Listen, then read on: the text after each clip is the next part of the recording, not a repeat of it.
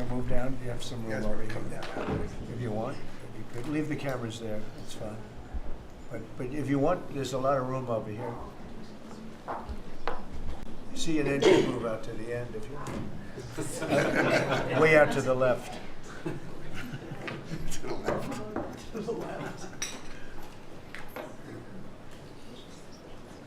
Are you able to get them all in the room? Are they in? Yes, sir, they're in. Are you okay? Thank you very much. We've had a tremendous 6 months, and we've had a tremendous 2 weeks, which now is, I guess, 3 weeks. And we have a tremendous group of people here that have done a great, unified, beautiful job.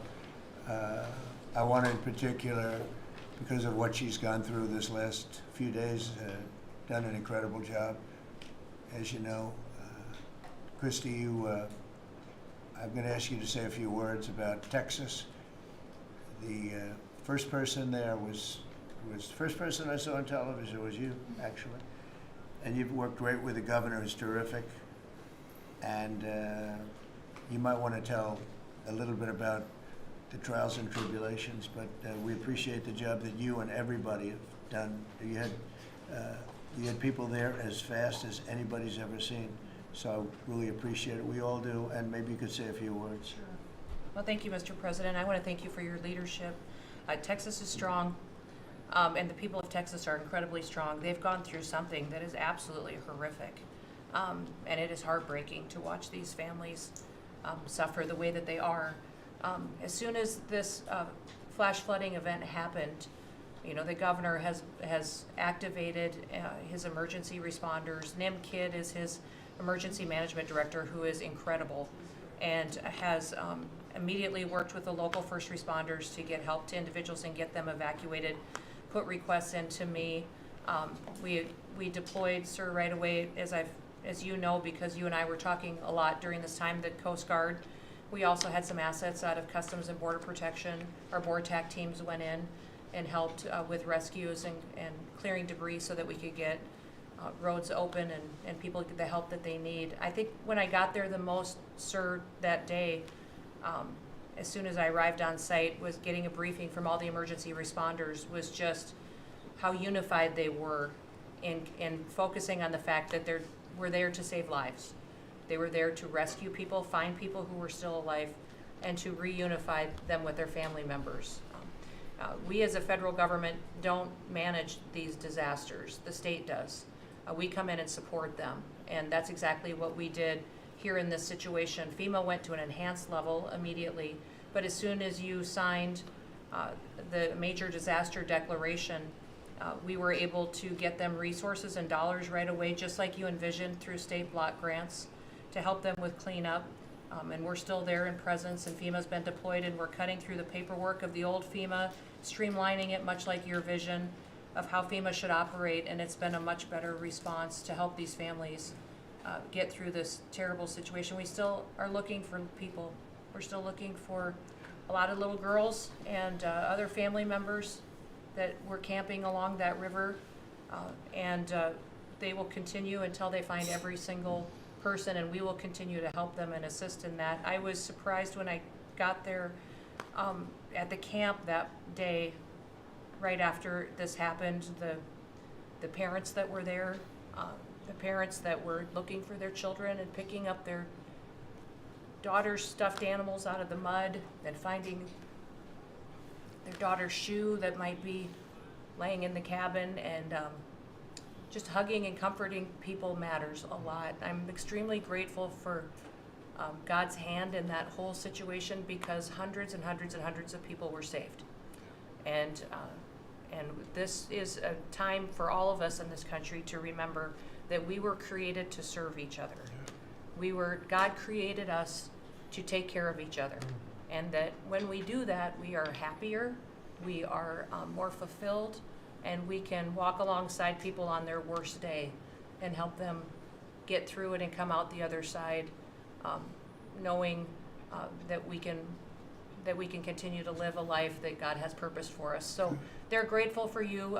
Several times the day after the flooding, you and Melania were on the phone with me, and I want to thank you for that. That meant the world. I was able to tell many of those folks that I had been visiting with you and that you had said, whatever they need, Christy, let's deploy it and get it down there and be helpful. And on Sunday, when the families were waiting at a church to identify their children's bodies, Franklin Graham and I called in and prayed with the families and read some scripture with them, and he was incredible in making himself available to that as well. We'll be back down there in a couple of days and continue to do all we can, but this is an unprecedented event. It really is. There's been tragedies like this around the country, but everyone is unique in different situations, and the response the federal government had supporting the state through this, I'm proud of the people that stepped up and immediately came. The Coast Guard, when they came in, they had a difficult time even getting the aircraft in and landed. They had to try several times in the weather to get it in and deploy, and I think we've heard about, our one Coast Guard member that was responsible for saving over 165 people, but that entire crew did incredible work. And all the first responders there did incredible work. And I know people are getting tired now, but they're getting reinforcements and volunteers are showing up. And I just want to commend the governor and his team for being the leaders. And they're so thankful that you're letting them make the decisions and manage the response like it should be. And then us supporting them with the resources of the federal government. We've already deployed dollars to the state, much like the block grants that you've talked about. Right. So they're grateful for that, sir. There's never been a wave like this outside of the breaking of a dam, because this was almost a wave that ended up being 30 feet high, more actually. Now with the dam you can understand it, but this approached almost with that speed. When you see a dam break, it's not a pretty sight. It wipes out everything, and this is the kind of thing that built up so fast. And it's happened 2 or 3 times before over the years, but not to this extent.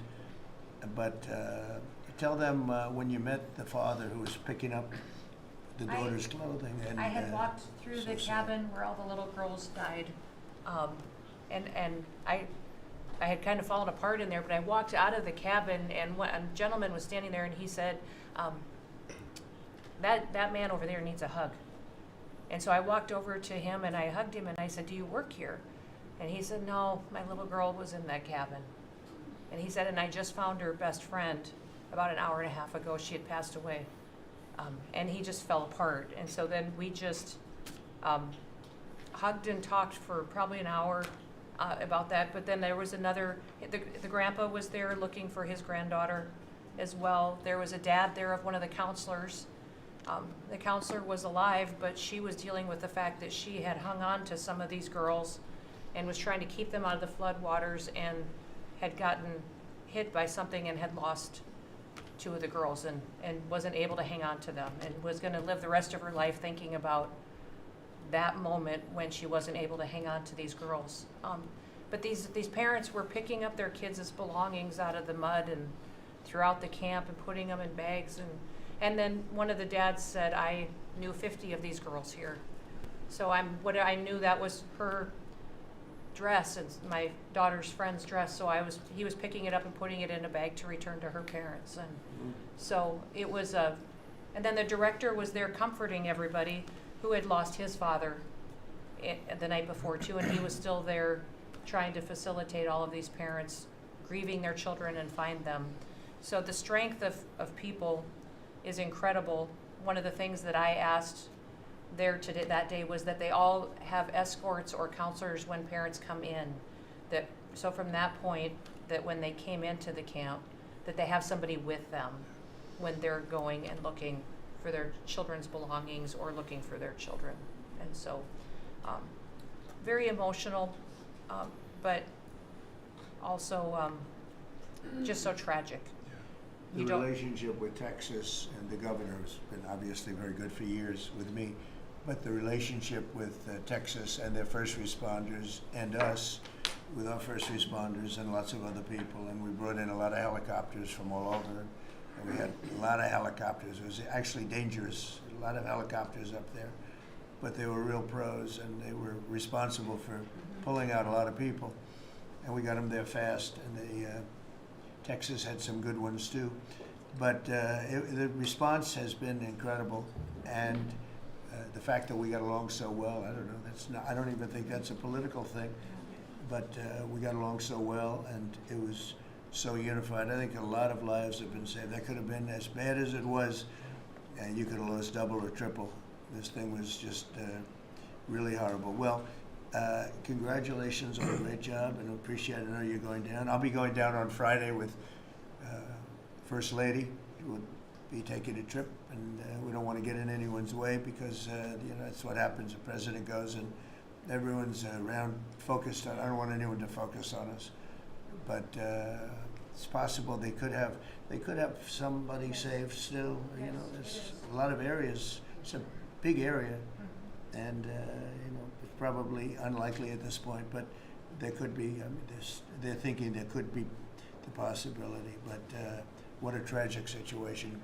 A good job, and we'll see you on Friday, and we'll finish out the day here. I think you've been reading a lot about. It's a terrible topic when you talk about financial after this, but we have a big country, and we've been doing very well. The tariffs, as you know, are starting to come in at record levels. Tremendous amounts of money are coming in to our country. We never did that before. We're not used to it. We only have tariffs going out. We only adhered to the rules of other nations who charged us tremendous tariffs because we were led by stupid people or people without any business sense. And I'd like to ask Scott, you could maybe talk a little bit about how well we're doing with regard to the money coming in. And the big money will start coming in on August 1st. I think it was made clear today by the letters that were sent out yesterday and today. Go ahead, please.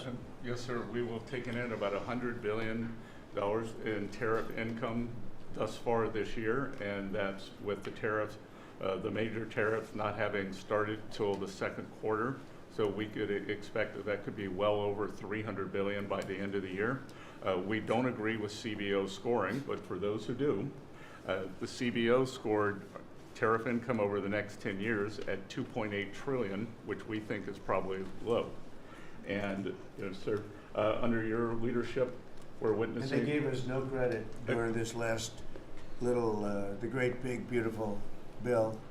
I always use the word great. I add that to it because it really is what it is. It's never been anything like it, actually.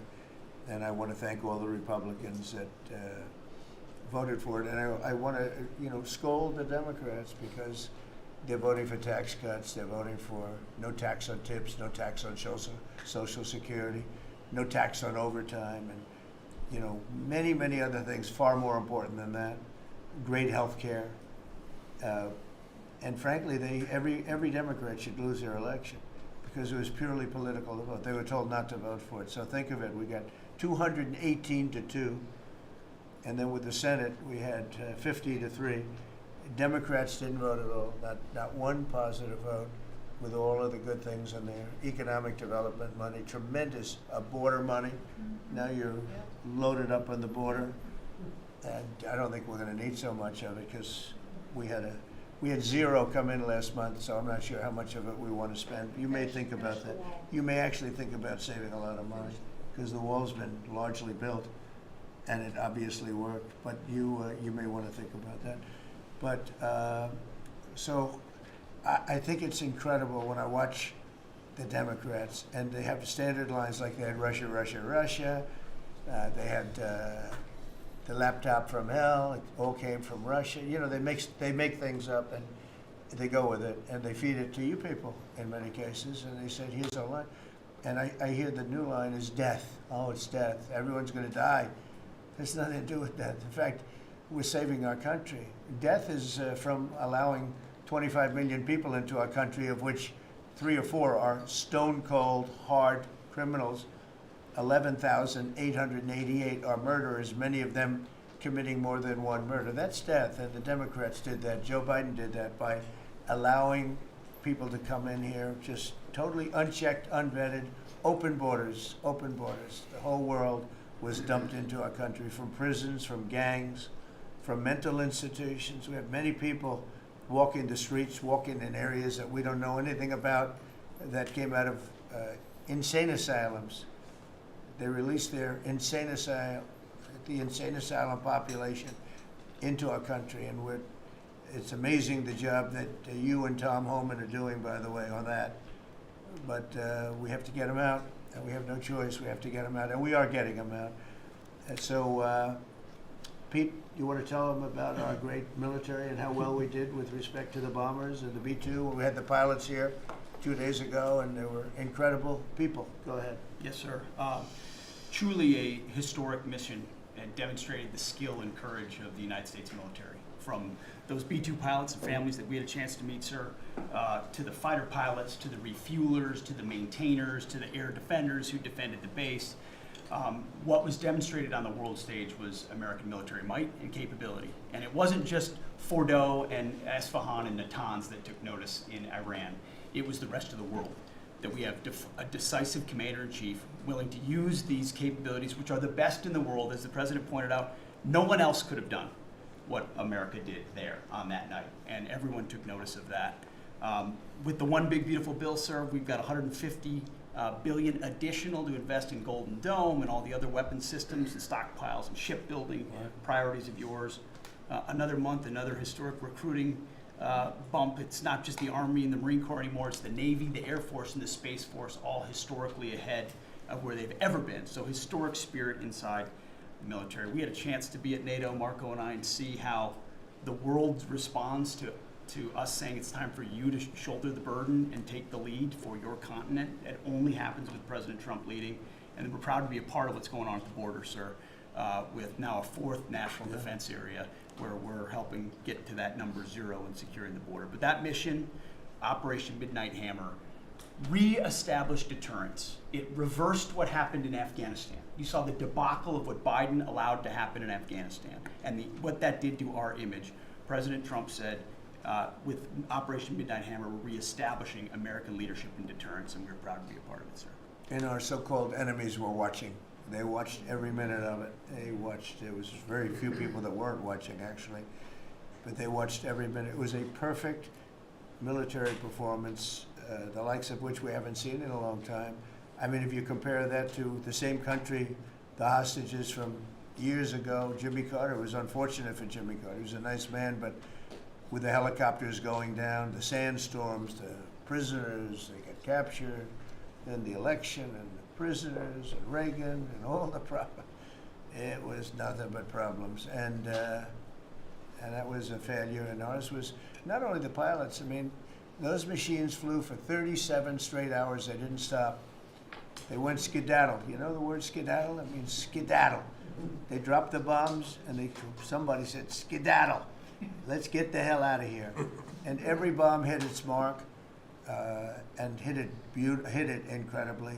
And as you know, the Atomic Energy Commission said it's gone. That place is gone. We had a lot of fake reporting, mostly from CNN, where a scammer a writer for CNN, who should be fired, by the way, she was involved with the 51 fake intelligence agents, if you remember that.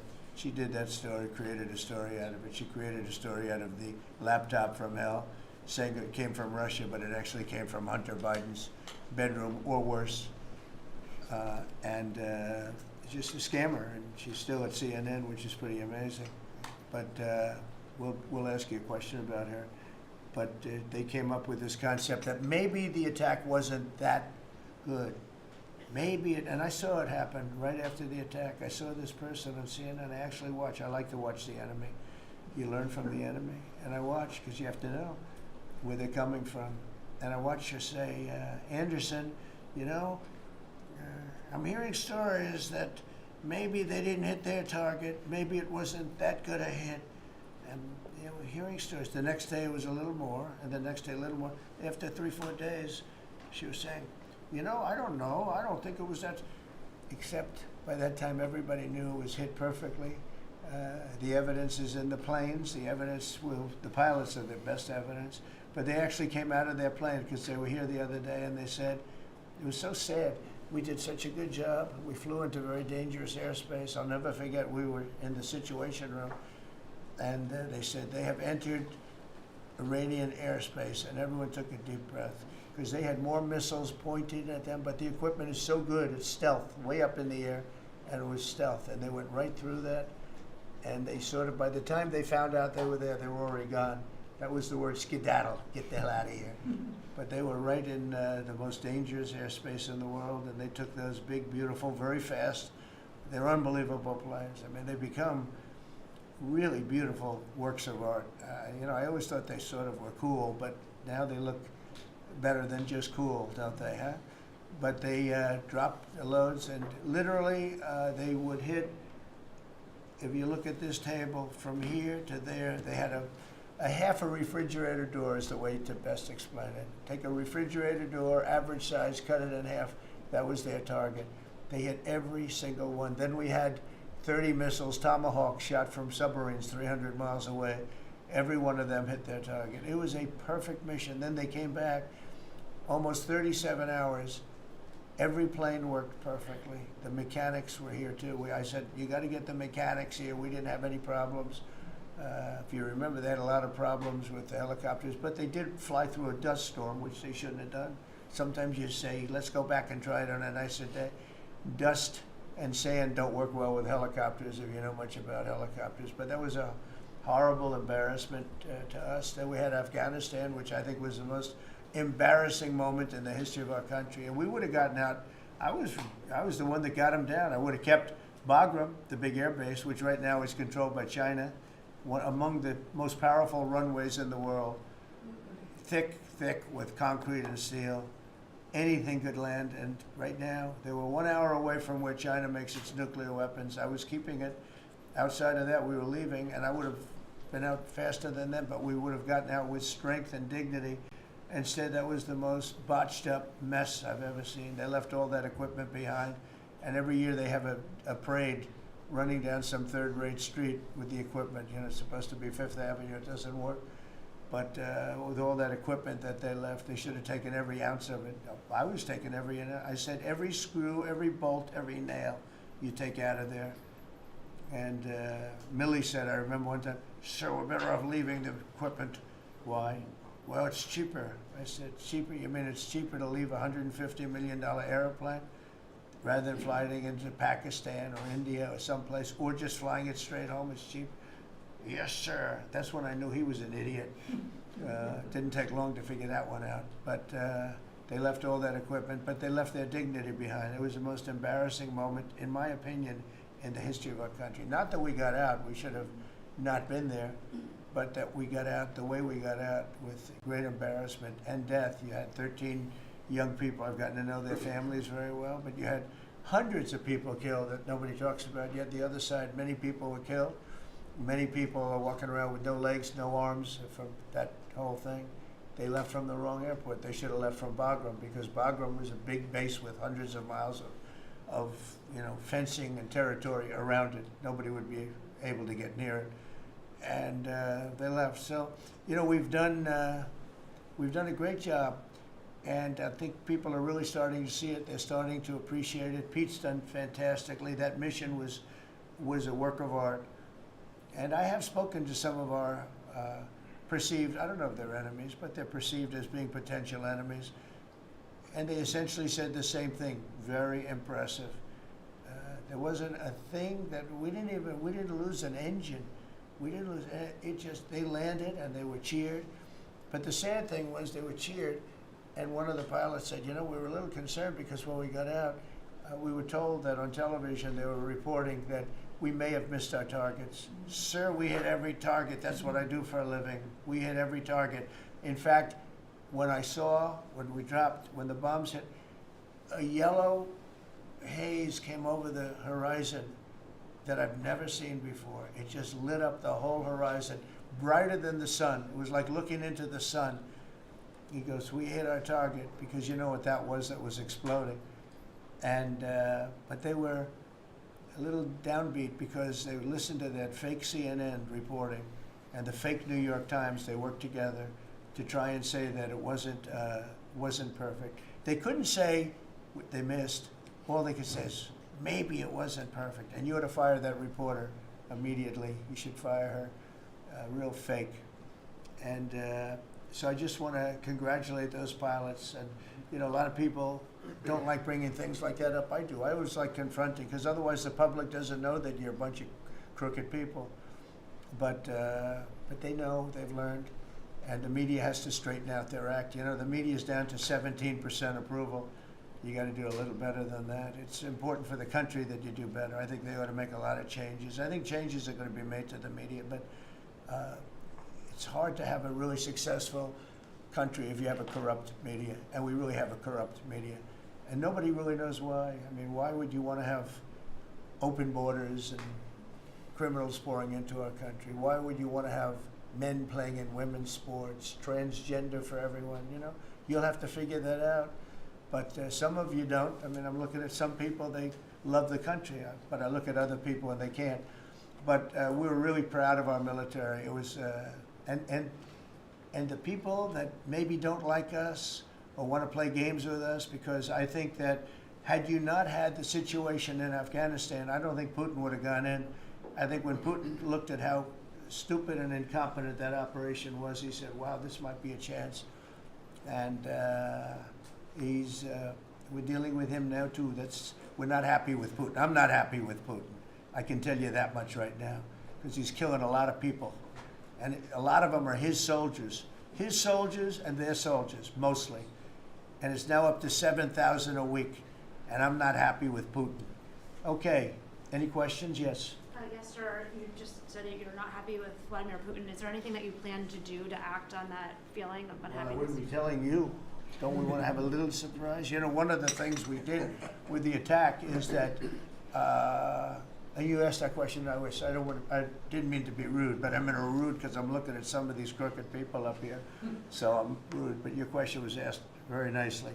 But one of the things we did is we went over every fact. We wanted to get every fact straight. We wanted to have the distance straight, the number of pilots straight. Everything had to be correct, because we want to be, this was a very important mission. If we failed on this mission, it was beyond the war that, you know, obviously we had with Iran and Israel, a lot of hatred, a lot of years and years of hatred, centuries of hatred. People have never seen anything like it. So we wanted to be correct with all our facts. So, you know, what I was doing is just asking, it would be great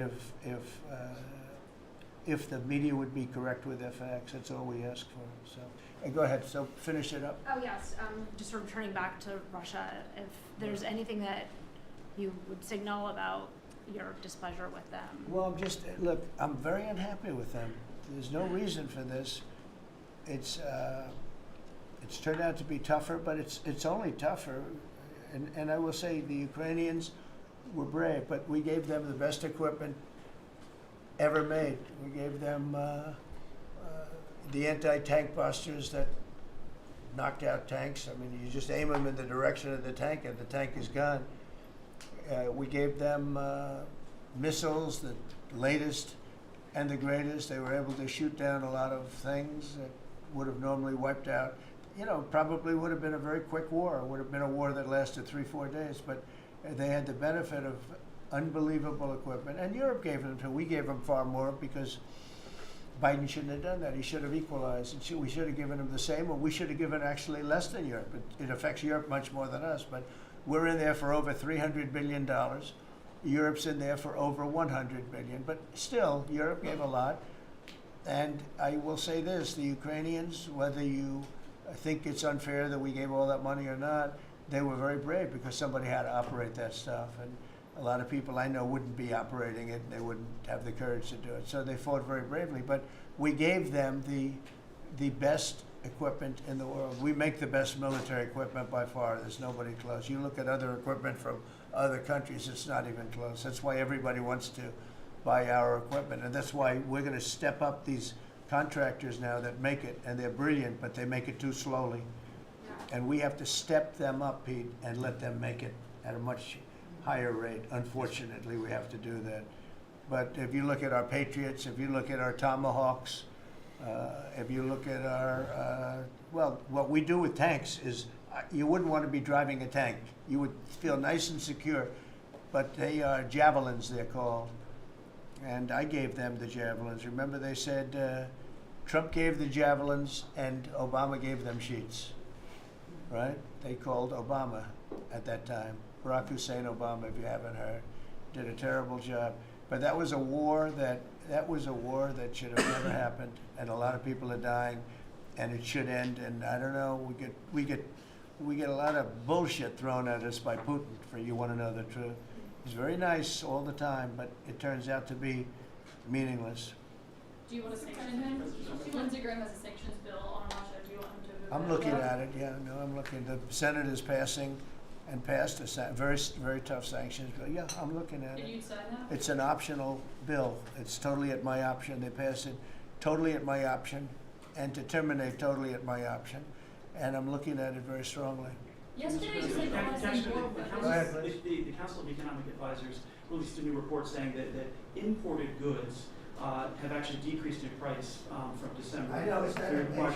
Well, my question is, With Fed the chairman- tariffs. Well, the Fed chairman keeps saying that tariffs are going to cause price increases. Are we the sure? prices just not Chairman passed of the through Fed? yet? Yes, exactly. Well, Are the you prices- do a better job than him. Thank you. Are the prices just not passed through yet? No, I think what's happening is everything's evening out. You know, when we charge, see what people don't understand, the other countries have been charged, almost every country charges us tariffs. We had deficits with everybody for years, for decades. And we were like this big monolith that made bad deals with everybody. We rebuilt South Korea, we stayed there. It's okay, we rebuilt it and we stayed there. And they pay us very little for the military. I got them to pay billions of dollars, and Biden then canceled it when he came in. I sent to South Korea as an example. We give you free military, essentially, very little. And I think you should pay us $10 billion a year. And they went crazy. But they agreed to 3. So I got 3 with a phone call. And I was satisfied. I said, but next year we have to talk. And then we had a rigged election, and we never got to talk. And you know what Biden did? They probably went to him and they said, listen, Trump treated us terribly, and we shouldn't be paying anything, and he cut it down to nothing. So that's what happens. It's ridiculous. That's the other thing. We're talking to countries about contributing to the military, not only just paying more in NATO, but contributing. We have 45,000 soldiers in South Korea. We have 45,000 soldiers in Germany, 52,000 actually. And that's a huge economic development for them. That's tremendous amount, just like having a city. It's tremendous money for them, and it's a tremendous loss for us. So we're talking, in a very nice way, we're talking to them about it. It's very unfair. We supply the militaries to many very successful countries. I mean, South Korea is making a lot of money, and they're very good. They're very good, but, they should be paying for their own military. President Trump, can I ask you a question about Jerome Powell as well?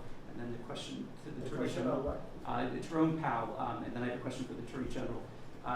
Jerome Powell, who you've been pressuring to lower interest rates, he's facing accusations of lying to Congress, which is a potential crime about the Well, then he should resign immediately. We should get somebody in there that's going to lower interest rates. Do you want congressional Why don't you Republicans call to for his investigate- resignation? Do you want congressional Republicans to investigate and It's pursue okay and with punish? me. I think he's terrible. I think, look, we're paying, I call him too late.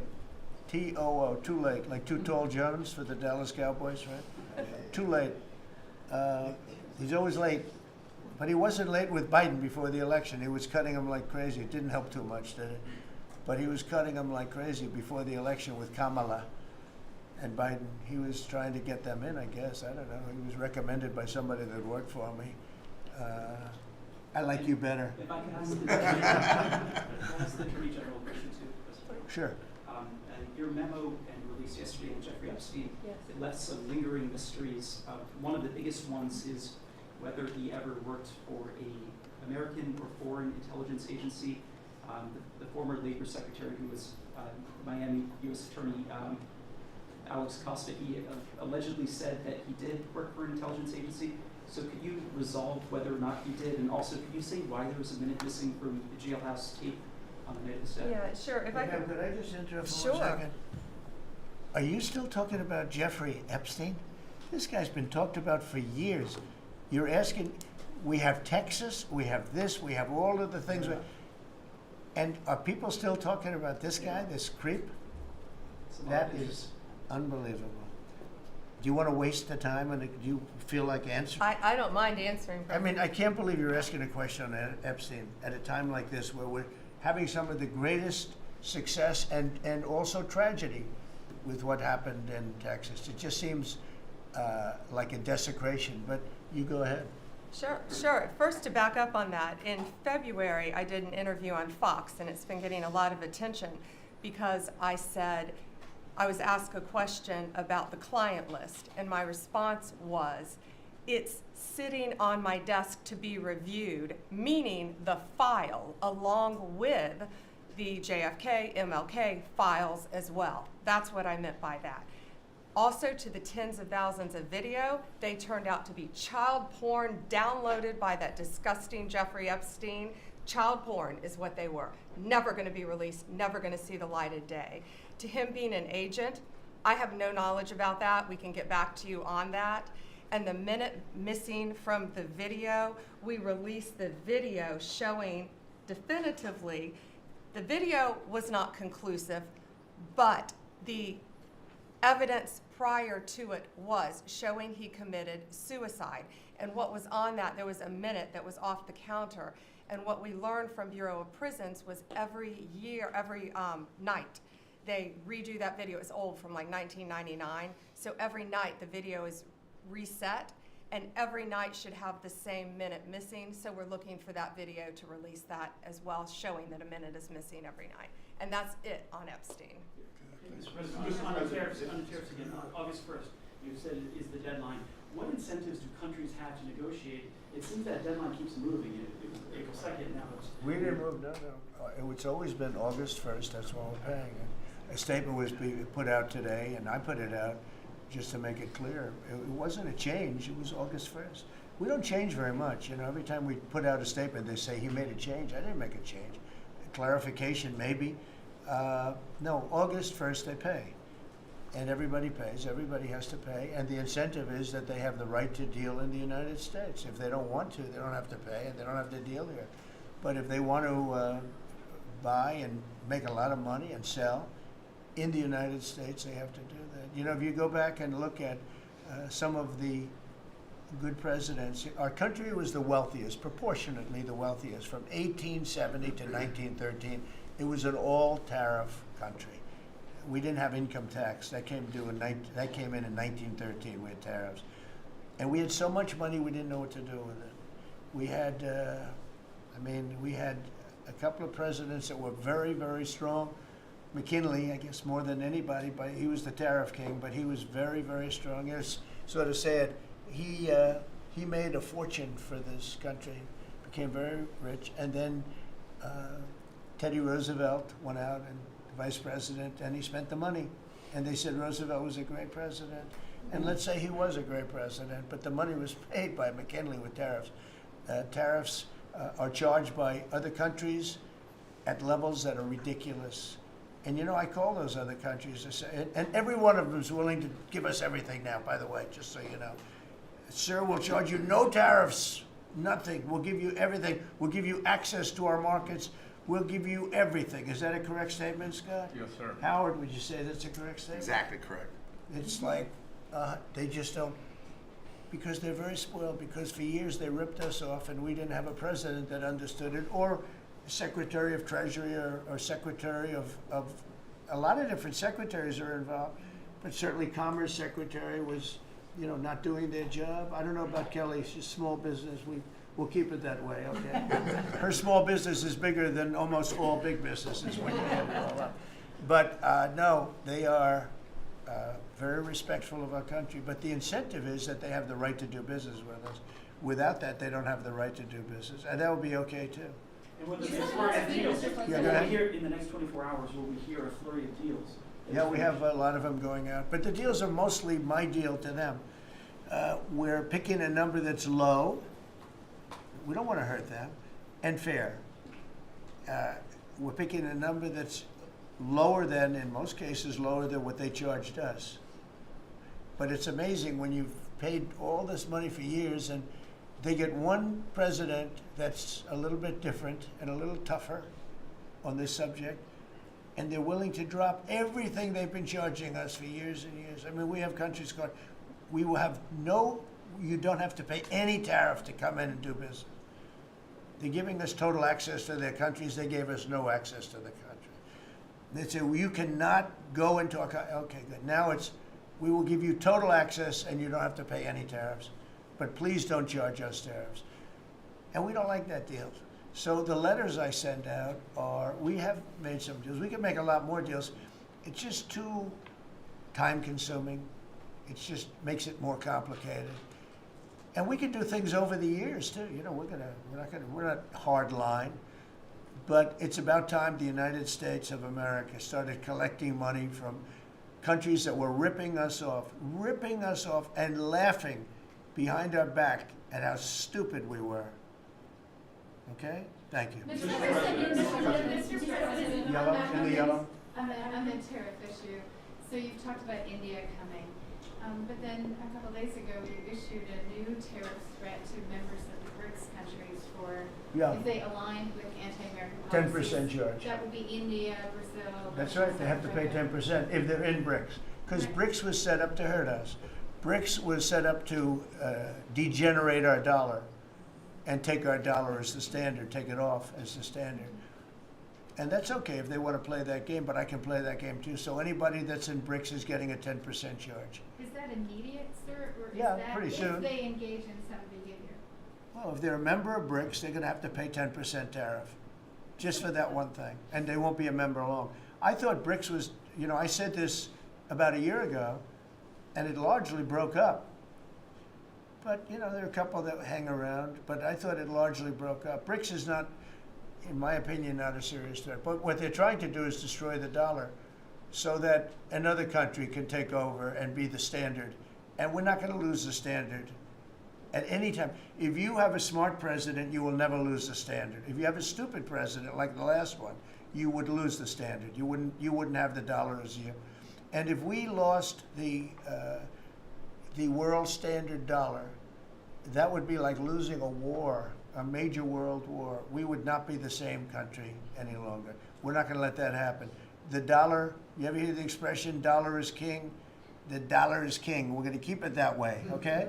And I'm just saying, if people want to challenge it, they can, but they're going to have to pay a big price. And I don't think any of them are willing to pay that price. There's some question Red dress, please. Thank you, Mr. President. Are you optimistic about reaching the tariff deal with the European Union soon? Well, the European Union has been speaking to us, Ursula and the whole group, and they've been very nice. They treated us very badly until recently. Now they're treating us very nicely. It's like a different world, actually. They've treated us very badly. They were among the toughest to deal with. Actually, in many respects, they were much worse than China. Look at what they do to our companies. They sue Apple. They sue Google. 17 billion they got from Apple on a lawsuit that they didn't have a case. They have, you know, judges that are European Union judges. And they ruled, they take so much money away from our country in terms of that, in terms of other things that they do. They're very tough. But now they're being very nice to us, and we'll see what happens. We're probably 2 days off from sending them a letter. We are talking to them. I just want you to know, a letter means a deal. You know, a lot of people said, we got 200 countries. We can't meet with 200 countries. We have a few trusted people that know what they're doing, that are doing a good job, but you can't do it. You have to do it in a more general way, but it's a very good way. It's a better way. It's a more powerful way. And we sent them a letter. You read the letter. I think it was well crafted. And mostly it's just a little number in there. You'll pay 25%, 35%. We have some at 60, 70. Those are ones with massive, you know, where we have massive trade deficits because they've treated us very badly. But I would say in every case, I'm treating them better than they treated us over the years. Don't you agree with that? I could have done much. I could have been much harsher. I don't want to do that. We want to have relationships, but in every case, they treated us far worse than I'm treating them. I'm treating them very good. I could go higher with the tariffs, but I don't want to hurt them. That's why when you just read it, you come up with the number. It's so incredible that prices are actually going down. Just so you know, when I got in, everyone said, "Oh, eggs are going through the roof." That was the first. I was in for about 4 days, and they started screaming at me about eggs. I said, "That's Biden's problem." I didn't know about eggs, but eggs went up about 5 times. You did a fantastic job, and we ended up shortly getting. In fact, for Easter, they said, "Go out and buy plastic eggs. You can't use real eggs." Well, we bought 200,000 eggs for the White House for the Easter egg hunt that we have at the White House, and there were eggs. We had the price down, and now the price is lower than it was before. We did a good job with eggs, but we did a good job with groceries. Our prices are down in this country. A big part of it's oil. The oil, you had a couple of places last week, you had $1.99 for oil, for gasoline. Nobody thought they'd see that. I want to get it lower if I can, but we've done a good job. You've done a very good job. Do you want to say a couple of words about that, you and Chris, about what's happening with energy? Well, absolutely, but I would say on the pricing side, President Trump, the fact that you've endorsed and supported a policy of energy dominance, that sends a signal to the market that we're going to have more supply. You talked during the campaign about inflation being a country buster. You've broken into the back of inflation. In 6 months, among all the other things you've accomplished. We have no inflation. And we've got, and then heading into the 4th of July, these were the lowest gas prices at the pump in 4 years. And again, for Americans, this is like hundreds of billions of dollars that stay in their pockets because we lower the price of gas at the pump. But when we lower the price of energy, it lowers the price of food. It lowers the price of the clothes you wear. It's the biggest thing. It's the biggest thing. It's like a big tax cut. When you get energy down, every 50 cents is like a massive tax cut, and we've gotten it down much below that. You know, we had great energy, great low prices, everything else. When the election turned over, I'm trying to be nice about it. It turned over, shockingly, but nevertheless it happened. Energy started going up, and it went up really bad, and then he went back to the Trump policy. The problem was they didn't know how to do that, and he lost it. He lost that sucker. That big sucker was out of control, and his energy prices went way up, and that's what caused it. But it was also stupid spending. They spent money like, they used to use the term drunken sailors, but I won't use that term. Although it is very descriptive, I won't use that term. I refuse to use it. But they spent money at levels that nobody had ever seen before, and trillions and trillions of dollars wasted on the Green New Scam. Greatest scam in the history of our country, other than maybe Russia, that might have been. But the Green New Scam was the single greatest scam in the history of our country, and continues to be, but it's weakened badly. It's hobbling along because people are they're finally getting it. But they spent trillions of dollars on the Green New Scam, getting nothing for it. Devised by a couple of young people that weren't even good college students, you know? Not even good students. Check out their marks. Yeah? Can you clarify something else, Mr. President, on No, what you said last not night? for CNN. You said you The were last- sending Not for more CNN. jobs. Go ahead. The You last said you jobs would send report, more in the last jobs jobs to report, Ukraine. Mr. President, in the last jobs report, the manufacturing jobs actually lost 7,000 jobs. When will the investments that you've been talking about have an effect? Well, on they're the- building the plants now. About 7 have started. We're going to have hundreds started within a short period of time. Lee Zeldin, who may be the most important man in this room, I'm sorry, but he's the one that gets the permits. Where is Lee? He's the one that has to get the permits for the plants and the factories, and permits that used to take 5 years, he's getting in record-setting times. AI, we're leading China a lot in AI, and if we go with this, you know, I'm allowing the plants to build their own electric.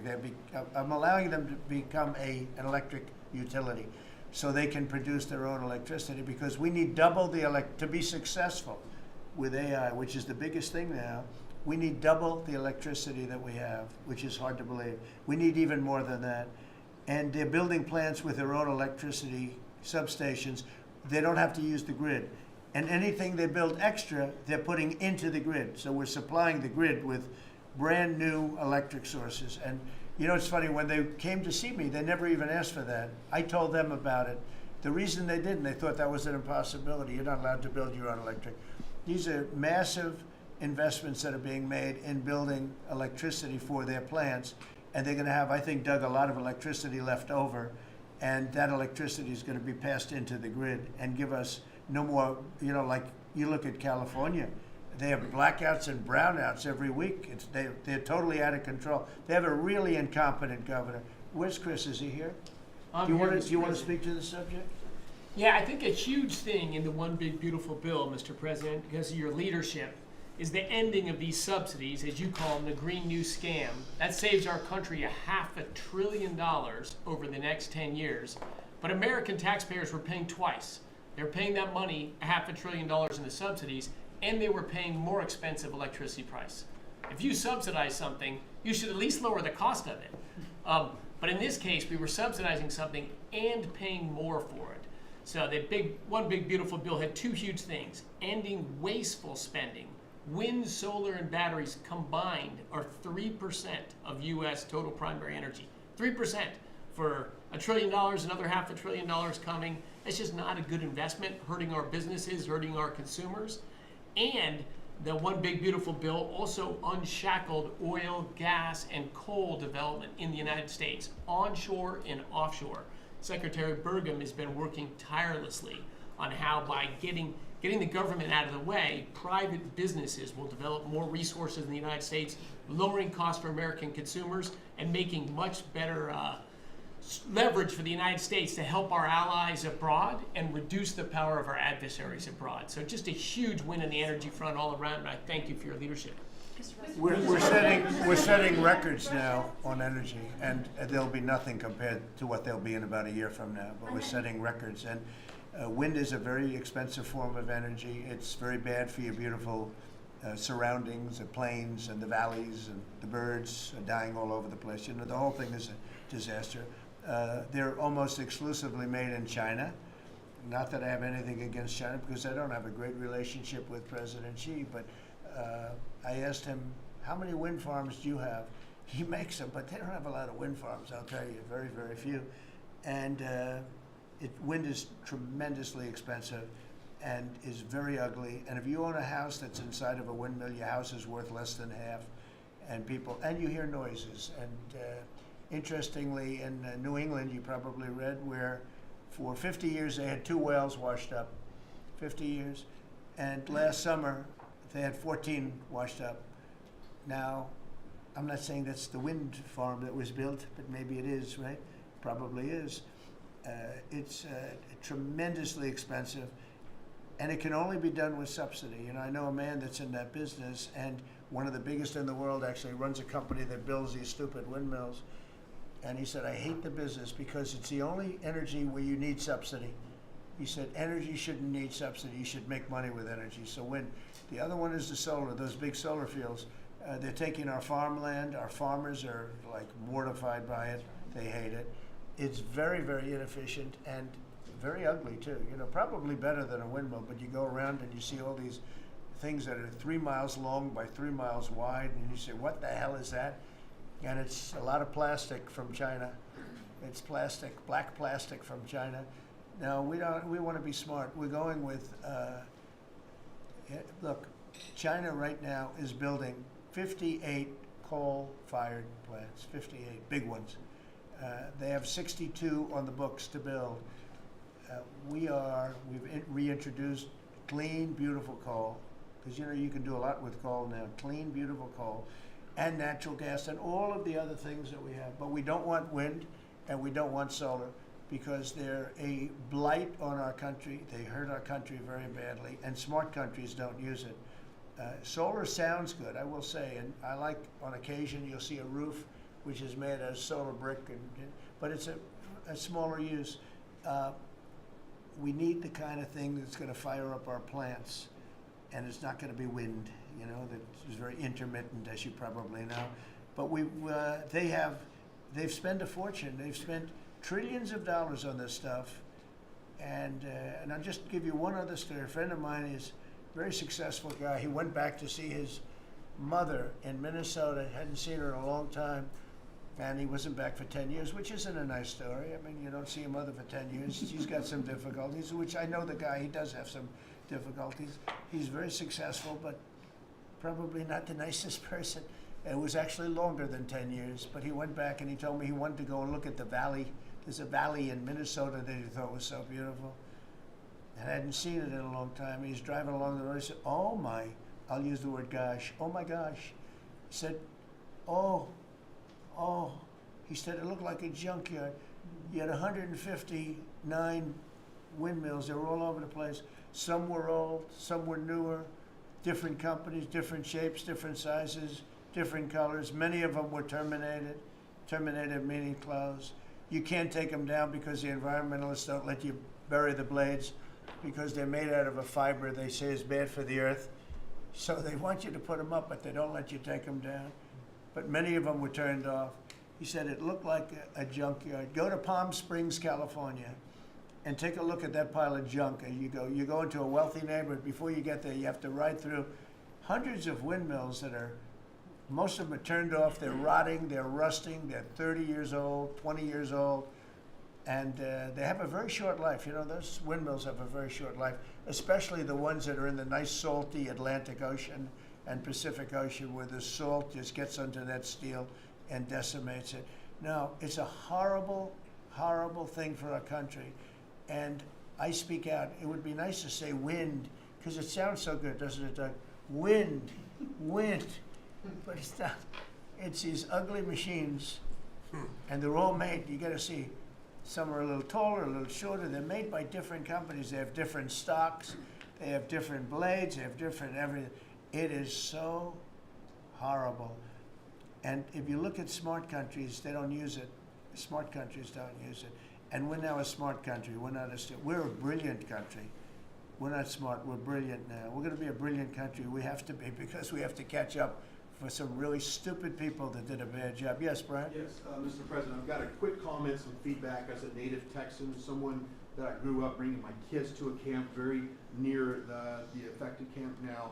Thank you on behalf of Texas. I've gotten hundreds of messages that want to thank. If you're in the cabinet room, you can tell the president and his team on behalf of Texans, thank you so much for the quick response and the loving and the hugs. I saw that you gave. Two quick questions. I saw a Palestinian senator. His name is Schumer. He's a great Palestinian. No, he's a Palestinian. He's become a Palestinian. He's abandoned the Jews. But I saw him say, it's Trump's fault. Yeah, that's right. It's Trump's fault. He was actually, do you ever see John Lovett's The Liar? Where he goes, yeah, I went to Harvard, that's right. This was Schumer. He goes, yeah, it's Trump's fault, that's right, it's Trump. I actually saw that stupid guy try and blame it on me, and I said, man, that's a tough one to take. But his career is limited because I hear AOC is going to beat him, and she's no bargain either, by the way. Go ahead. Well, I'm just saying that's an example of an America First team effort to get this country back. So that's what America First looks like for the viewers watching us at home. My two questions. It looks like we have a rogue judge, an Obama-backed rogue judge that is attempting to block the funding to Planned Parenthood, which the big, beautiful bill cuts off the funding to Planned Parenthood. Any plans to challenge that? Good. Absolutely. Yes, we're on it. We're on it. And I texted, I believe, I talked to yesterday Secretary Lutnick and Secretary Besson. I reached out to you to let you know that we were on it in the big, beautiful bill. Wonderful. And then I let her handle that question. Did you notice? I said, go ahead, handle that. We'll toss it to her. Then my second question was Secretary Rollins. You did an amazing press conference today in front of the Department of Agriculture. You talked about the Farm Act and the need to get China out of our country, owning farmland. For the viewers at home that might have missed that, can you recap what that means to national security to make sure we can grow our own food? Well, thank you, Brian, sir, if you don't mind. Yes, this morning Secretary Hegseth, Secretary Noem, and Attorney General Bondi and I had a press conference at the USDA. I just happened to have a chart in case it came up, but obviously the Chinese owning of farmland in our country is a massive national security issue. And for the media, you can see the yellow is where all of the farms have been purchased over the last number of years, and the red is around all of the military bases where that farmland has been purchased. So this is a massive national security issue. The press conference this morning included 3 of our greatest governors as well, Sarah Sanders from Arkansas, Jim Pillen from Nebraska, and Bill Lee from Tennessee.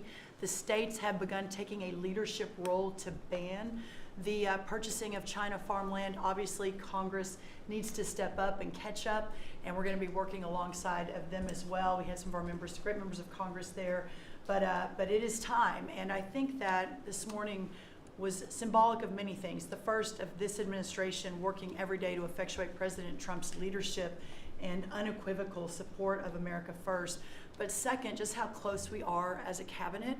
I don't know in any other administration that you'd have 4 cabinet members at the USDA on a Tuesday morning when it's about 110 degrees outside with the sun beating down on us talking about, sir, your vision. So I think it was a great day. It was just the start. There's an executive order coming and some other things coming behind that.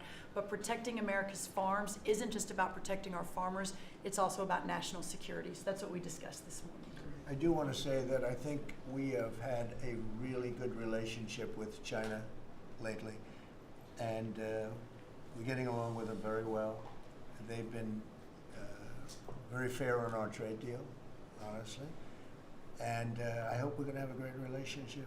It's a big, strong, powerful country. We're more powerful than they are. We have much better military equipment than they do, but we are getting along with them very well. I'm getting along with President Xi very well. We speak often. And with all of that being said, and I understand what you're saying, but I think we're getting along with China very well. Mr. President, you have sent more weapons to Ukraine, as you said last night.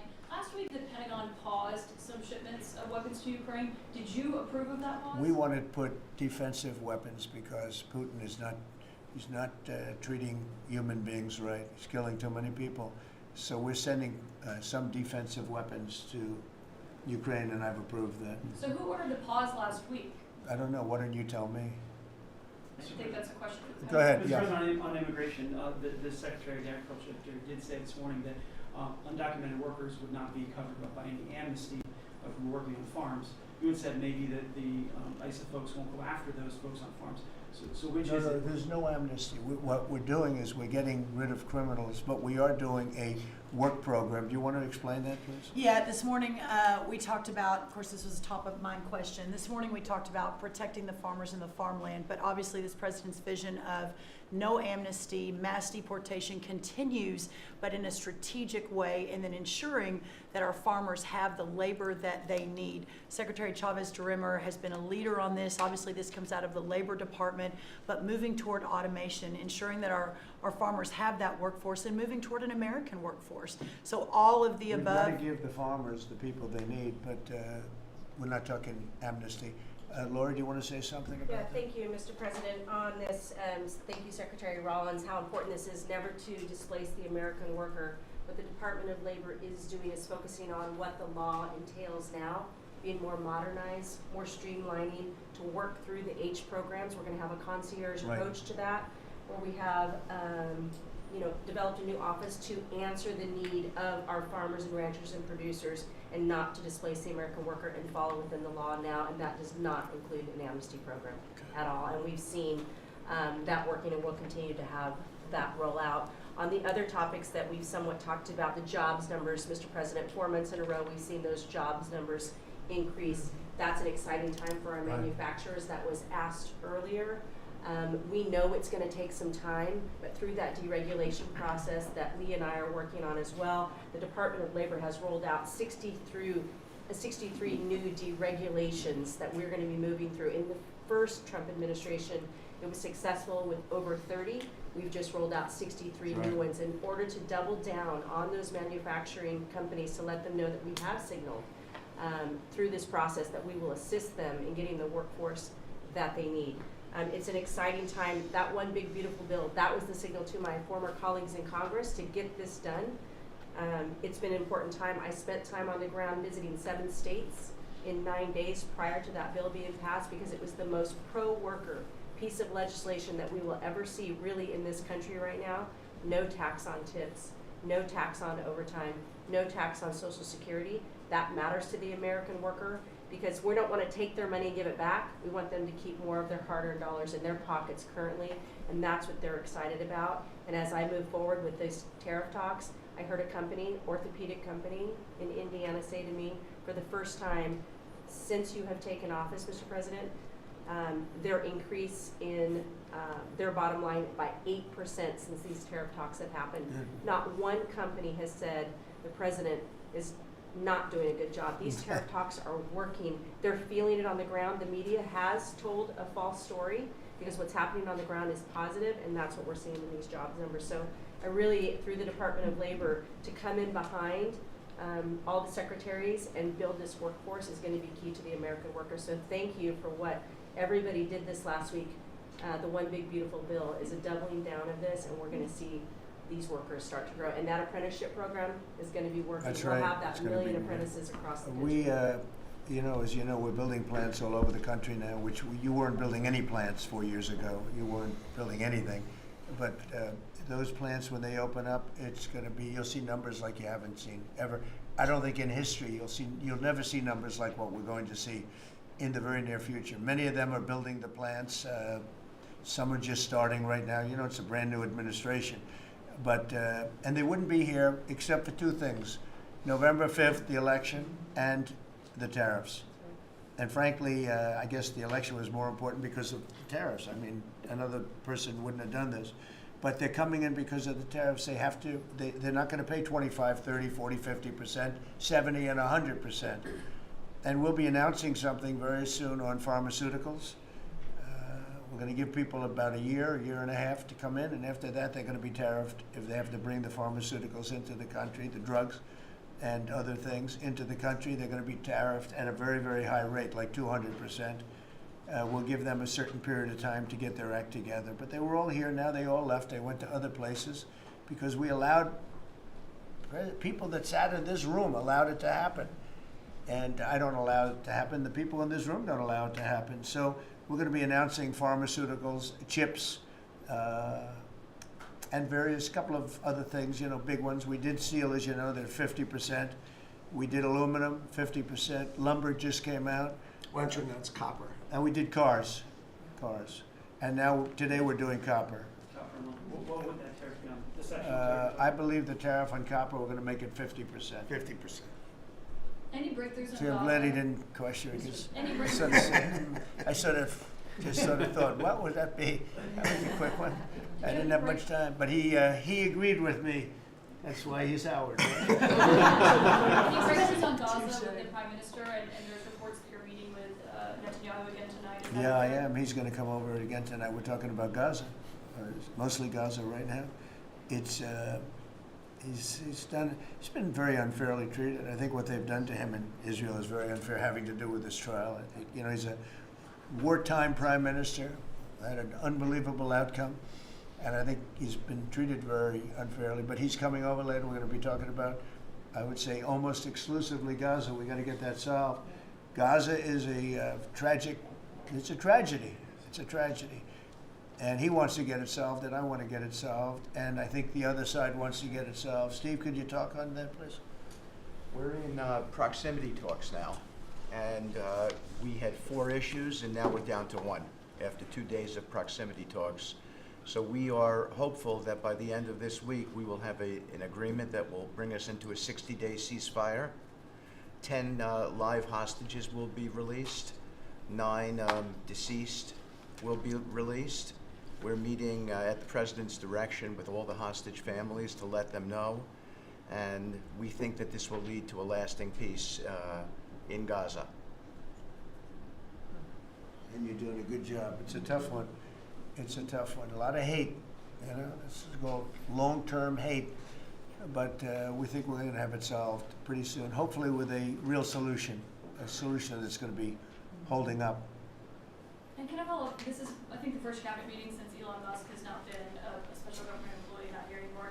He's now saying he's going to create a third political party. Are you worried about the impact that could have? No, I think it'll help us. It'll probably help. Third parties have always been good for me. I don't know about Republicans, but for me. Are you second guessing any of the cuts that DOJ made since you No, described it as no. off Look, the rails the we other day? we cut hundreds of billions of dollars with DOJ. We could have done it differently. I would have done it differently a little bit, maybe, but it was something that we saved a lot of money. You can always second guess. I guess some of the people in this room maybe would have done it slightly differently, and some would have done it exactly the way it was done. But it was dramatic, and it was important, and we found a lot of things like billions of dollars given to people for environmental protection, where they had $100 in the account, like in Atlanta, Stacy. And then you had another one with 20 billion here, and 20 billion here, and 2 billion here, and 15 billion, and Lee, you might want to mention just a couple of those things. We really got because of DOGE. At the Trump EPA, the one big beautiful bill was filled with many big beautiful wins for the taxpayer. It delivered a sledgehammer to the Green New scam. Billions of dollars rescinded. It's a big deal for the American taxpayer who sees money go through pass-throughs that are filled with self-dealing and conflicts of interest. They see unqualified recipients. They see reduced agency oversight, and they want accountability with their tax dollars, and they got it. In the example of the Stacey Abrams connected NGO, they received $100 in 2023. They got $2 billion in 2024. They had to complete training on how to develop a budget that was put into their grant agreement. They, out of nowhere, started paying a CEO $800,000, a COO $450,000, 22 people making over 150 grand. Out of nowhere, this is tax dollars. So money go through pass-throughs, through other pass-throughs, through other pass-throughs, and we lose oversight over it. And you see that it's going to former Biden officials, it's going to former Obama officials, it's going to Democratic donors. And we're not here saying we want to take money from a left-wing NGO and give it to a right-wing NGO. We want to give it back to the taxpayer. This is about us being good stewards of American tax dollars without any apology or regret. That's why President Trump was elected last November, because there were a whole lot of people who maybe they hadn't voted Republican in a long time. Maybe they didn't even vote for President Trump the first time around in 2016, but they're regretting that vote from 2016 and they were making it right in 2024. So the One Big Beautiful Bill gave us the tools to rescind billions of dollars more. We're seeing hundreds of thousands of dollars that'll get wasted per electric vehicle as an example of this money that was going through it. They gave $50 million to a group called Climate Justice Alliance. They say that climate justice runs through a free Palestine. The Biden EPA gave $50 million to a group that says the climate justice runs through a free Palestine. We say that if you're going to spend $1 in the name of remediating an environmental issue, then spend the dollar on remediating an environmental issue. We say that we can protect the environment and grow the economy. We want to help grow more baseload power in this country. So why is it that it took this long for this team to get assembled, to be able to fix the mess that we inherited?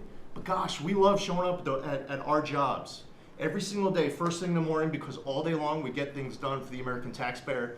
And Congress did its part last week by passing the One Big Beautiful Bill to deliver this accountability and to cut off the Green New scam.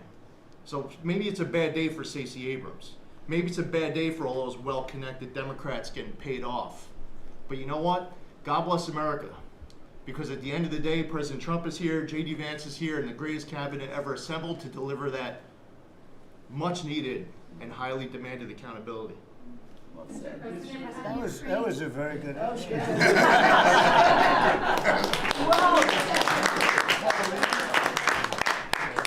And that's from the heart. That's from the heart. The Ukrainians have asked the International Court to go after Russia for using toxic chemicals in the fight. Germany and Germany and the Netherlands have had intelligence saying that. What does U.S. intelligence believe, and what do you believe about the use of chemical weapons? And would you agree that that's a case for the court? Well, I'd ask John maybe to discuss it if you'd like, John. Well, Mr. President, obviously chemical weapons, if it's documented in its use, it's illegal. It's against all international laws of armed conflict and treaties. And obviously I can't share in this room with this audience the intelligence that I can share with you privately, but obviously you're not going to stand or allow for any violations of international law by anyone. That's right. Thank you. Could I ask Sean to Department of Transportation, Sean Duffy, former great congressman, very popular, decided to go out and make a couple of bucks. He made a lot.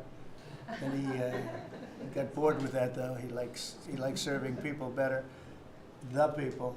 And could I ask you to just discuss a very important subject to me, and that's the modernization of our equipment at airports so that planes aren't crashing into each other and bad things don't happen. It should have been done many years ago. We were going to do it, and then the election precluded that, unfortunately. But we're doing it now. Could you tell them where we are? Yeah, if I could start with Newark. You guys all covered what happened in Newark. We had outages for a couple of 30-second outages a couple months ago. We have, in 2 months, Mr. President, it's historic speed, laid new fiber lines for communication and tested those in the next month. So those new lines for the Philly Tracon that controls the Newark airspace, they're up and running, lightning fast speed. June was the most on-time June ever in the history of Newark for air travel. So that's going incredibly well. By the way, we shouldn't have dealt with this because Joe Biden and Pete Buttigieg had moved the center from New York to Philadelphia. They didn't test the lines. They didn't do the work, which is what brought us all these problems. But in the big beautiful bill, we got $12.5 billion. This is a historic investment in air traffic control. And so what the money is going to allow us to do is move from copper to fiber all over the country. So new copper lines. We think we can do that in 1.5 to 2 years. We have radar that dates back to the 1950s, some of it from the 60s and 70s. We get brand new radar across the country as well. We have some infrastructure money to build TRACONs and centers, the en route centers that control the traffic across the country. So this is a massive new start to rebuild air traffic control. And again, this is dilapidated. Americans think that their government takes care of them and makes the investments that are necessary to make the country work. And for 30, 40 years, the investments weren't made. And so under your leadership and direction, we are making those investments. And per your direction, right now we are interviewing what we could call a general contractor or an integrator. One company to manage. It's a massive project. The FAA is not qualified to manage this kind of a project. So we are now going through the process of finding who that one company will be to manage the whole project. We'll interview those companies together and make that selection. So we'll write one big beautiful check to one beautiful company that'll be responsible for this whole build. But if I just make one last point, this is not enough money. We're going to need more. But this is a massive new start. The biggest investment. We'll need some more money on top of it, but a great start from the big beautiful. It's a starter. It was very important to us. And just to cover that, there have been accidents, and my pilots, I would often hear them say, "Oh, good," and they would use a different system, a different country to land in New York. They'd use the radar and other things from a different country. I said, "What's that?" He said, "Oh, our system is so bad." And I knew that. We were all set to start, and Boot Edge came in, and what they did was so crazy because they hooked it copper into fiber, into steel, they had all different systems. They had hundreds and hundreds of contractors, different contractors for different airports. They spent billions of dollars, and they made the system worse because you can't hook copper into fiber. It doesn't work that way. You just can't do it. It's not doable, but they tried to do it. Didn't work out too well. And in the end, it was just a complete disaster. We want to have one great company. Now, Raytheon's going to bid, IBM's going to bid. We have 5 or 6 bidders that really are good and do this stuff.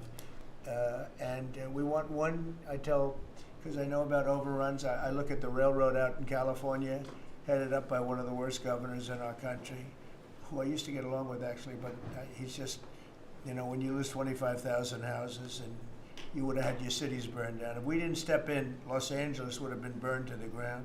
But you look at that, and I said, I really know how to build. And you got to have one guy, one contractor, one great one, whether it's IBM or Raytheon is good, but you have 4 or 5 that are really, really great, and they're all bidding against each other. But you don't want to have one doing the wire and one doing the digging and one doing the demolition and then they're all saying they all blame each other because they're saying they were late and therefore you have to pay me millions of dollars more money. I know the system so well. And we're going to have a great company do the whole thing. We're going to get a fantastic price. Maybe we'll get them, they're very big and very strong, and maybe we'll get them to make a contribution toward getting it done at the right price. But we're going to have a great system. When we finish, we will have the best system on earth done by one of the 2 or 3 best companies. There are only a few companies can do this. This is not. But if you would have seen what this other group did, they were going crazy. They had, I heard 3,000 contractors And then when it all came together, guess what? It didn't work. It's a disaster. So we're going to have in a pretty short period of time, so it'll take us about 2 years to build it, and we'll have a contract given out probably over the next couple of months. We have some great bidders, some great companies that want to do the job. You're going to have great air traffic control. Can I just make one last point of this? So the last administration signed a contract with an American company to fix the copper to fiber, and that contract was a 15-year contract. The system is failing today, but that's how idiotic and incompetent the last administration was. And under your leadership, we're saying, listen, we don't have time. We don't have 15 years. We don't have 5 years. We have to do it right now. And so the president always talks about on time and on budget. We have embraced that. We are going to be on time and on budget. And by the way, you mentioned a train out in California. Stay tuned for probably give us 5 days and you'll have an answer on what's going to happen with the $4 billion that we potentially have invested on a train that's going to go nowhere. It's going to be $120 billion that'll never connect San Francisco to LA. Again, the last administration wasted so much money on projects that never work. If you're going to have high-speed rail, you're going to invest billions, we should actually have high-speed rail in America, not boondoggles that fund political friends and allies and family They have members. from San Francisco, inside of San Francisco to inside of Los Angeles. Should have never been built because airplanes do it better. And you could drive it. You could drive it. No problem with driving it. The roads aren't even crowded. So they were going to do this, somebody's idea. Somebody got paid off a lot of money and they started it. It was going to cost a very small amount of money. And it ended up costing literally hundreds of times what the original. And now what they did is they said, well, going into the city is too big a deal. So we'll leave it 25 miles short of the city. So now they're leaving it. They're not going to finish it, really. It's not the same project. So now they're leaving it outside of San Francisco and outside, short of each. They just want to get it done, and I've never seen cost overruns. You know, if you have a cost overrun of 10%, you should be ashamed of yourself. 20%, you should not do any more jobs. This is a cost overrun of 2,000%, something like that. It's unlimited, and it's not finished. And maybe it will never get finished. And I told Sean, look at it from every standpoint, but we don't want to, you know, we have federal money going into that, and it's like throwing it out the window. So whatever you can do to stop it. $15 billion and not one track has been laid. $15 billion and we're 16 years into the project, not one track. Mr. President, Mr. President, do you? On New York, you're the most prominent Republican in the country from the city. What do you want to anywhere else? I don't want to be a wise guy. Perhaps I can. Maybe Marco. But how do you want Republican voters in the city to vote in the upcoming mayoral election? Should they vote for Eric Adams? Should they vote for Sliwa? Should they pick someone else? Look, number one, you have a communist running, and you shouldn't vote for him. He's a disaster. He's leading. He's got the Democrat nomination because that shows you where the Democrats have gone. He actually wants to take over the grocery stores of John Catsimatidis, who's a great guy, a rich guy, grocer, does a good job, wants to take over. He actually called me the other day. He's concerned his stores are going to be taken from him, and they won't be run like John runs them. Believe me, he runs a good operation. But he actually said he wants to run his own grocery stores. No, this is a man who's not very capable, in my opinion, other than he's got a good line of bullshit, and he's convinced them to go with him. Now, as you know, Cuomo, who does have capability, is running, but he got knocked out, and now they're running as, you have Eric Adams, the current mayor, you have Cuomo, and you have Curtis Sliwa. And Curtis runs every 4 years. He seems to be a fixture on the running scale. But you know, it's I'm not getting involved. But I can tell you this: I used to say we will not ever be a socialist country, right? Well, I'll say it again: we're not going to have. If a communist gets elected to run New York, it can never be the same. But we have tremendous power at the White House to run places when we have to. We could run D.C. I mean, we're looking at DC. We don't want crime in DC. We want the city to run well. Susie Wiles is working very closely with the mayor, and they're doing all right. I mean, in the sense that we would run it so good, it would be run so proper, we'd get the best person to run it. The crime would be down to a minimal, would be much less. And, you know, we're thinking about doing it, to be honest with you. We want a capital that's run flawlessly, and it wouldn't be hard for us to do it. And we've had a good relationship with the mayor, and we're testing it to see if it works. But New York City will run properly. We're going to bring New York back.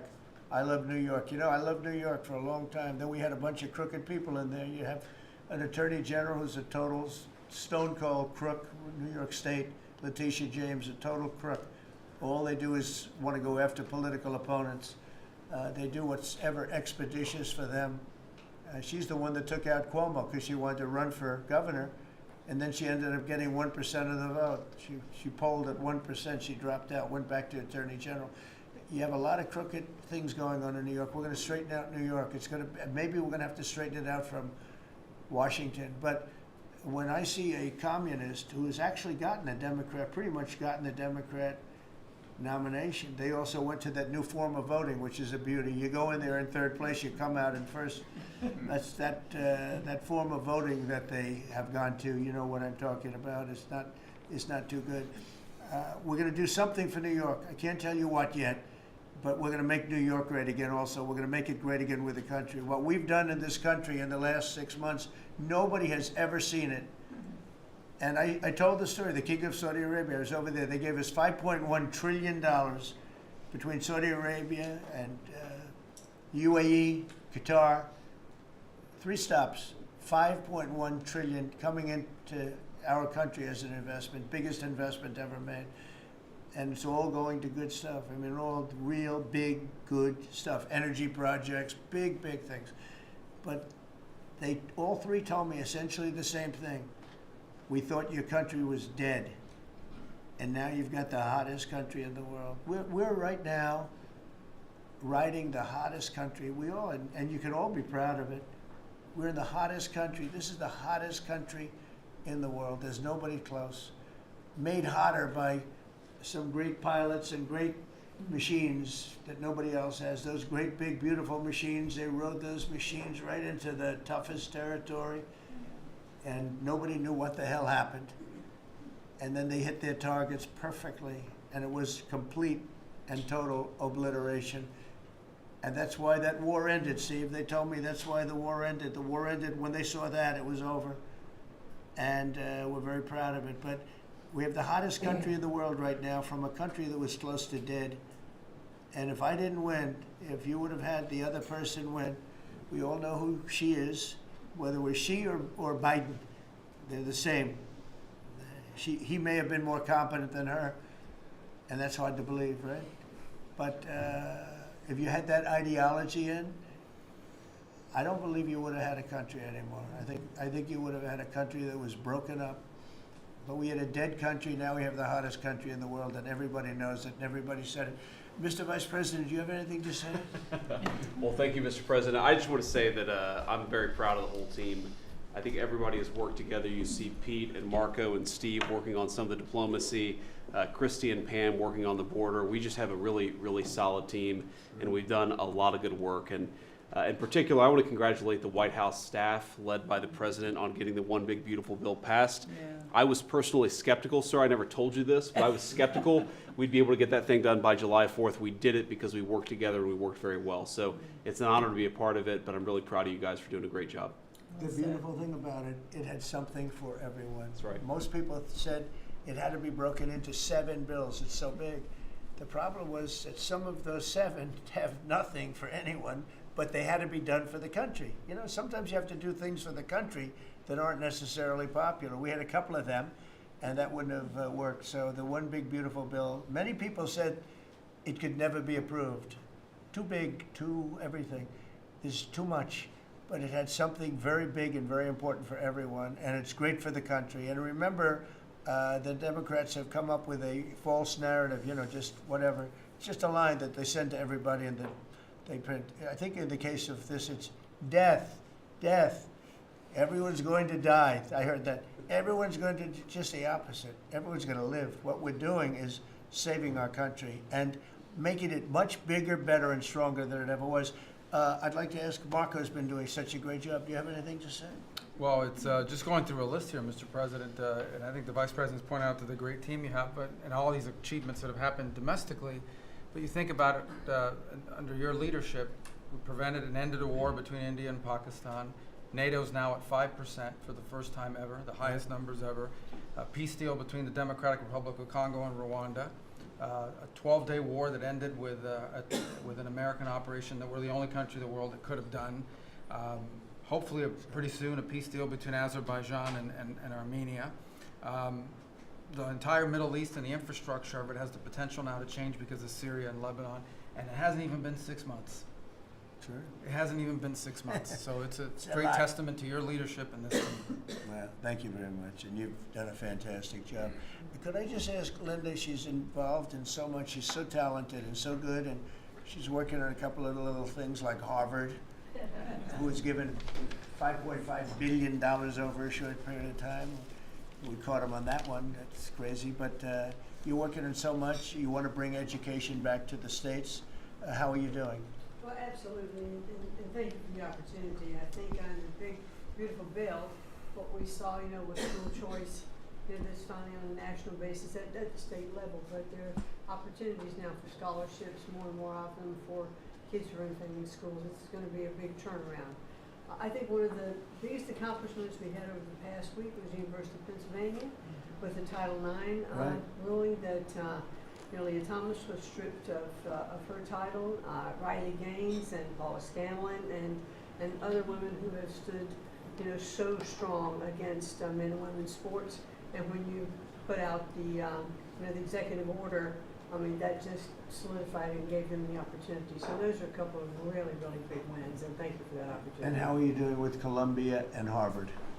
We're negotiating hard. I think we're getting close to having that happen. It's not wrapped up as fast as I wanted to, but we're getting there. Okay, good. And you've done a fantastic job. Thank you very much. You've been a good team. Yep, Team. you have a great team. Around this table, a lot of people to help with that. That's right. Thank you very much. Maybe just in closing, we spent a lot of time, effort, very little money on this room. This is called the Cabinet Room. It's been here for a long time. And it had some pictures that were not many of them and not very good ones. And I actually spent time in the vaults. The vaults are where we have a lot of great pictures and artwork. And I picked it all myself. I'm very proud of it. That's Andrew Jackson, great Andrew Jackson. That's a gentleman named, and we call him President Polk. He was sort of a real estate guy. He was, people don't realize he was he was a one-termer, but he was a very good president. And I'm not sure I should be doing this, he actually gave us the state of California. He was the one, he was the one that hooked it up. So I'm not sure, maybe he won't be there for long. But if you notice, the frame is the exact same size almost as the other one is Andrew Jackson. So that was a part of the reason too, I have to be honest. But Polk was actually a very good president who's got the same frame that I needed, okay? And up here you have the original George Washington right behind the light. And then you have Dwight Eisenhower, who was a very underrated president, built the interstate system, and he was the toughest president, I guess, until we came along. But I don't mind giving up that crown, because I don't want to be too tough on it, but we want to be humane. But he was the toughest president on immigration. He was very strong at the borders, very, very strong. And sometimes you can be too strong. He was strong on the borders, and during a certain period of time, they were so strong that almost every farmer in California went bankrupt. And we have to remember that. We have to work together. We have to remember that. But he was a very good president and a very good general and a very good president. And I thought he deserved a position somewhere on this floor. And then you have, this is very exciting to me, he was not a Republican, to put it mildly, but he was, he was a four-termer. He was Franklin Delano Roosevelt. And if you notice, there were a lot of ramps outside. We have ramp, people say it's an unusual place for a ramp. It was because of him. He was wheelchair bound. but he was an amazing man. It's an amazing portrait, and we used to have him in the room, a different portrait, and it was a terrible portrait. It was almost like it was done by a child. And I used to say, you know, I can't believe that he would have approved of that portrait of himself. And I was in the vaults and looking at things. I said, what's that? And we have some great curators here. We have 6 curators at the White House. They have 2 for paintings, they have them for furniture, they have them for different things. I guess cost is no object. Okay, cost is, maybe I'd have 1, but that's all right. But we have 6, and they're very talented, though. And he said, that's a picture of FDR. I said, really? Let me see it. They took off the wrappings, very well preserved. And they said, that's the picture they've been looking for years. That was the picture of Franklin Delano Roosevelt. And I said, oh, wow. And likewise, that fit, see frame-wise, it just doesn't work. It doesn't work if you have, I want to be nice, but it doesn't work if you have a big frame, a little frame, and but it's like perfection. I'm a perfectionist. The mirror was down in the vaults also. I said, where is this from? And it's a very old, very storied mirror, beautiful. We put that up. And then over there is Honest Abe Lincoln. And that picture was in his bedroom. And we thought that this would be a very important place because this is where wars are ended. I'm not going to say wars are declared. I'm going to say wars are ended, okay? We'll be positive. And that's the picture of Abe Lincoln from his bedroom, sat in the bedroom for many, many years. That was his favorite picture of himself. And the Lincoln bedroom's very famous. You remember when Bill Clinton had it and he rented it out to people. Okay. We don't do that. But it's an incredible room. And we took that picture from his bedroom. That's Abe Lincoln. And then over here you have John Adams, and it's they were the first occupants of the White House, 1800. And John Quincy Adams, Mrs. Adams, they were the first occupants. So we have them looking at each other, and in between their stare is Abraham Lincoln trying to make peace.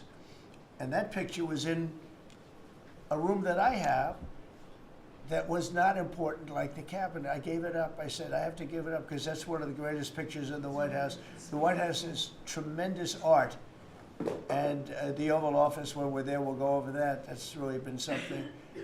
Then we got the drapes, so we got the whole thing. We got new drapes. We got new, wasn't a big expense, very, very small. And we took some of the chinaware and silverware and trophyware, they call it, from the vaults, and we had it cleaned up. Hadn't been shined up in 100 years. Some of this has sat in the vaults for over 100 years. Amazing.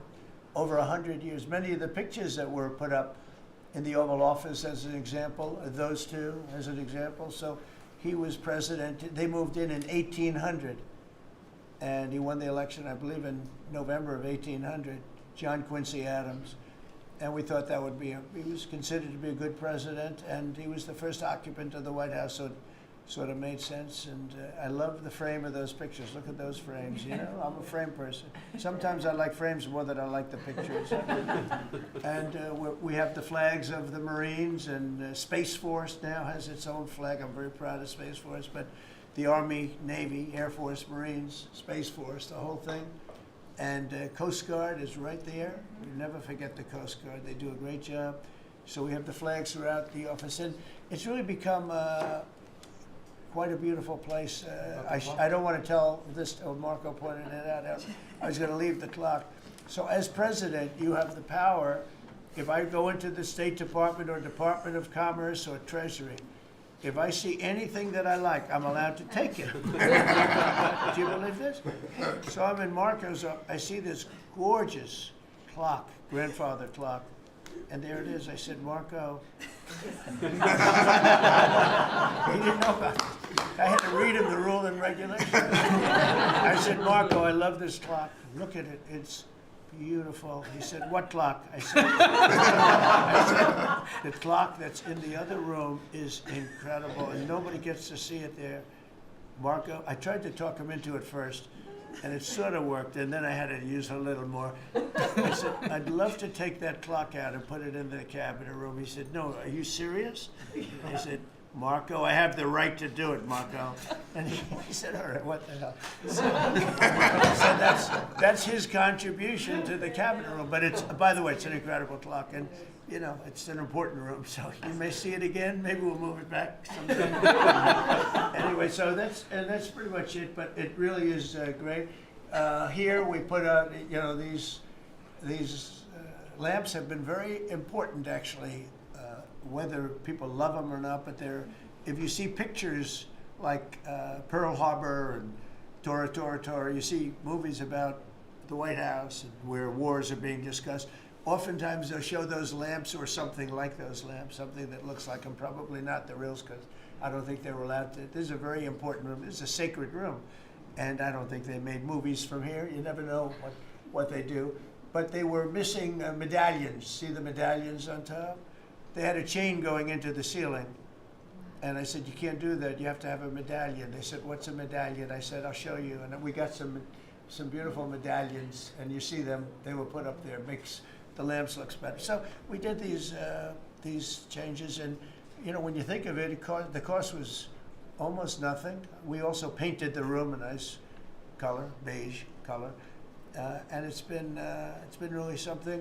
The only question is, will I gold leaf the corners? You could maybe tell me my cabinet could take a vote.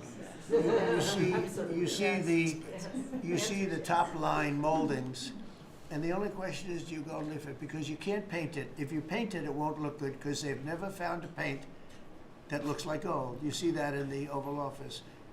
They've tried for years and years. Somebody could become very wealthy, but they've never found a paint that looks like gold. So painting it is easy, but it won't look right. And the question is whether or not we should gold leaf it. Linda, do you have an opinion? I gold leaf it. You like it the way? No, I gold leaf it. You'd gold leaf it? Yeah.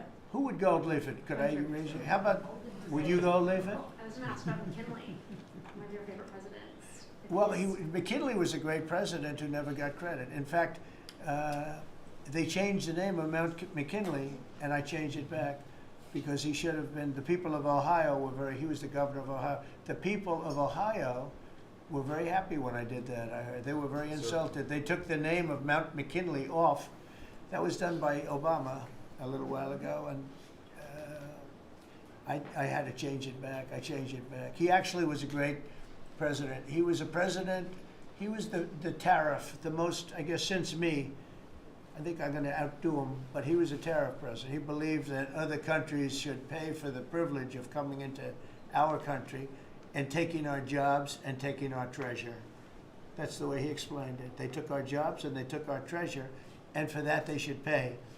And he made them pay, and he built a tremendous fortune. In fact, in 1887, they had the Great Tariff Committee was set up in 1887 because our country had so much money, we didn't know what to do with it. And they set up a committee of, as they called them, elites, a term that we have to change because I think a lot of the people that are elites aren't elite. I think the people that aren't elite are elite, so we're going to have to maybe switch that around somehow. But they had a committee that was set up to spend the money because it was such a large amount of money. At that time, it was nobody had seen anything like it. And it all came in from tariffs. And people didn't pay tax. There was no income tax system. I told you that came back in 1913. That came back and lived well for a while. And then you had the Great Depression. And then later, they tried to bring back tariffs, but the whole thing was, this was after the Depression. It was one of the great misconceptions, is people like to say, oh, but it was during the, but no, the country had a Great Depression, and then after the Depression, long after it started, they brought back tariffs to see if they could save it, but it took them really 25 years. When you say about 25 years to get out of the Great Depression, a lot of people don't understand that. But I thought it would be interesting for you to get a little view of this room. This is a very important room, very powerful room, great room. And we've done similar, but even beyond this, in the Oval Office. We brought back pictures of some of the great presidents. Many of them were in the vaults for over 100 years. Originals all, beautiful, beautiful things. And rather than sitting in a vault downstairs for 128 years, I thought we should display that, and we did that, I think, in a really good way. We've gotten very high marks. but it's interesting. People walk into that room and they look around the room. They don't even want to talk to me. They could look at it for hours. It's funny when people come into the Oval Office. It's such an incredible. It's a sacred place. When people come into the Oval from the biggest people in the world, presidents, prime ministers, kings, queens, in one case at least, queens, and the biggest business people in the world, they walk into that office and they always say, there's no place like this in the whole world in terms of the power. I mean, it's beautiful and all, but there are other beautiful offices. You have businessmen that have offices that are, full floors of office buildings, with floor-to-ceiling glass, and they walk in there and they say, there's no place like this anywhere in the world. There's no place. And, it's what it represents maybe more than the physicality of the room itself. So it's an honor to have you all, media. It's an honor to have you. I just want to say we have a fantastic cabinet. Every one of them is a star in my book. And if they're not, I'll let you know about it. I don't know. I'll throw them to the wolves. I'll throw them to the wolves in 2 seconds, because our country comes first, right? But I just want to thank you all for being here. It's been a lot of fun. Thank you very much, everybody. Thank you. Thank you, press, everybody. Thank you, press. Thank you, press. Thank you, press. Thank you, press. I'll tell you some other time. Thank you. Thank you, press. Yeah, I will. Thank you, press. Are we talking about next week or?